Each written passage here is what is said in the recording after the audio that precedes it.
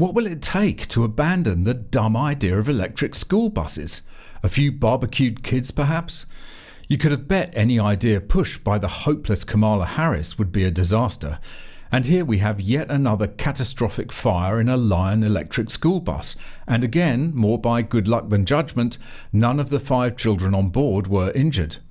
The reports were quick to play down the involvement of any lithium battery in the fire. You know, it's remarkable how rapidly they can work this out when it comes to electric vehicles, isn't it?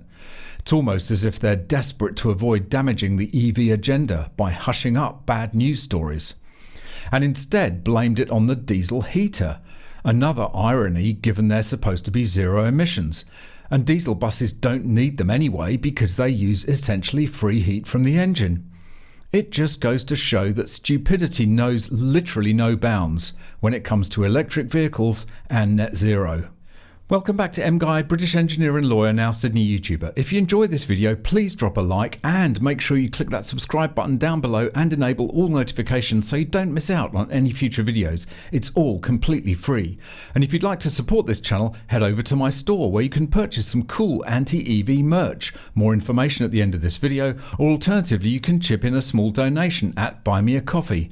Links to both are in the description, or you can scan the QR codes on screen. Electric school buses are an idiotic idea for so many reasons it's easy to lose count. They're at least 3 times as expensive as a diesel bus to start with. They can't get close to the range of a diesel bus, especially in cold weather. They take ages to charge up and need vast amounts of electricity and wildly expensive charging infrastructure instead of a simple tank of fuel. But none of these incontrovertible facts stopped electric school buses being pushed out across the US, thanks to Biden and Harris, and more bizarrely Canada, which, given the harsh Canadian winters, is an even more baffling decision. Not only is the range severely compromised, but the buses need a separate heater, fueled by, guess what? Diesel, to keep the occupants warm. Because heating the bus from the battery would drain it even faster than it drains already. Not only are they useless at doing the job, but Proterra and Lion, 2 of the major companies that built the buses, are now bankrupt, meaning spare parts and maintenance are now a nightmare. We'll come on to the fire in a minute, but an article from the Institute for Energy Research confirms what we all suspected, that, quietly, many of those districts lumbered with these awful boat anchors are reverting back to reliable diesel buses. Buses that simply do the job they were supposed to do, without the risk of crispy fried kids. School districts revert to diesel buses as poor performance restricts electric bus usage and bankruptcies affect service. Schools are returning to diesel buses because electric bus companies are going out of business and cannot service the vehicles that they had manufactured. Canadian electric bus maker Lion Electric, which received $159 million in federal funds to manufacture 435 school buses between 2022 and 24, has filed for bankruptcy. The company failed to deliver $95 million worth of electric buses and told school districts that it could not service their electric buses, which are under warranty. The $95 million worth of electric buses it pledged to produce is part of the Biden administration's $5 billion Clean School Bus program. According to the Washington Free Beacon, during bankruptcy proceedings, Lion was sold for just $6 million, after being valued at $4.7 billion with a B in June of 2021. The company also permanently closed multiple manufacturing plants, fired the majority of its employees, and told customers that it could no longer honor warranties and purchase orders in the United States. As the Free Beacon explains, electric buses are extremely expensive, costing more than $350,000 on average, whereas new diesel-powered buses typically cost around $100,000. They also require school districts to invest in high-powered charging infrastructure and new training for drivers. The Free Beacon cites a report from Clean Trucking, which discusses some of the issues schools found with electric buses, including that they were not of comparable quality to diesel buses, in that they would not heat up in cold weather, lost steering and braking ability at times, had defective frames, and regularly displayed error messages that forced drivers to reset the vehicles. In one school district, a bus lost its brakes and ran into a snowbank during its first year in operation. The districts also found that they needed repair after operating for a month or less. The electric school buses have spent months in repair shops, faced parts recalls and failed state inspections.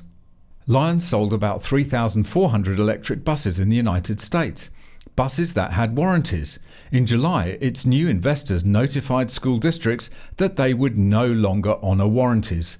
School districts with Lion electric buses now have no recourse for repairs, which are needed as the buses start failing after 2 weeks of operation, just as the new school year starts. Some other bus companies are offering to service the vehicles, but at an extra cost.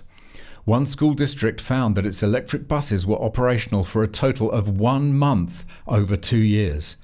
These failures limit the district's options to selling the buses, trading them in, or working with another service provider and repairing the buses, which involves higher maintenance costs.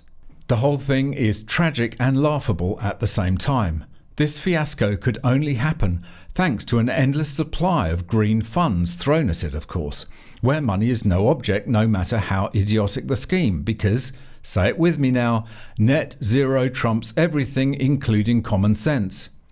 And so without warranties, spare parts or any servicing capability, Lion electric buses are pouring salt into the wound by spontaneously combusting on the street. School bus catches fire in Montreal, 5 children inside unharmed. Driver evacuated bus after noticing smoke coming out of vents, fire department says. In Montreal, 5 children and their bus driver are unharmed after their electric school bus caught fire on Tuesday morning. The incident happened near the intersection of Jean Talon Street West and Victoria Avenue in the city's Côte des Neiges neighbourhood. In a statement to CBC News, the CSSDM, the province's largest school service centre, confirmed the bus was transporting children attending one of its schools. The school service centre told CBC News the driver parked the bus and got himself and the elementary school students off it after noticing an unusual odour. A separate bus came by shortly after to pick up the children. The cause of the fire is not currently known. Parents were informed of the situation, reads the statement from the CSSDM. As per our contracts, the transportation company's vehicles are subject to strict mechanical verification requirements, and those verifications are recent. We remain in close communication with the company in order to find out the cause of this incident. According to the Montreal Fire Department, multiple 911 calls were placed around 8 a.m. after the electric school bus went up in flames. A spokesperson for the fire department says the driver of the bus had just turned off the heating system and noticed smoke rising from the vents before evacuating the vehicle. The fire service also says the battery system of the electric bus was not related to the fire and was not affected by the blaze. Phew, it wasn't the traction battery. The EV agenda continues unharmed.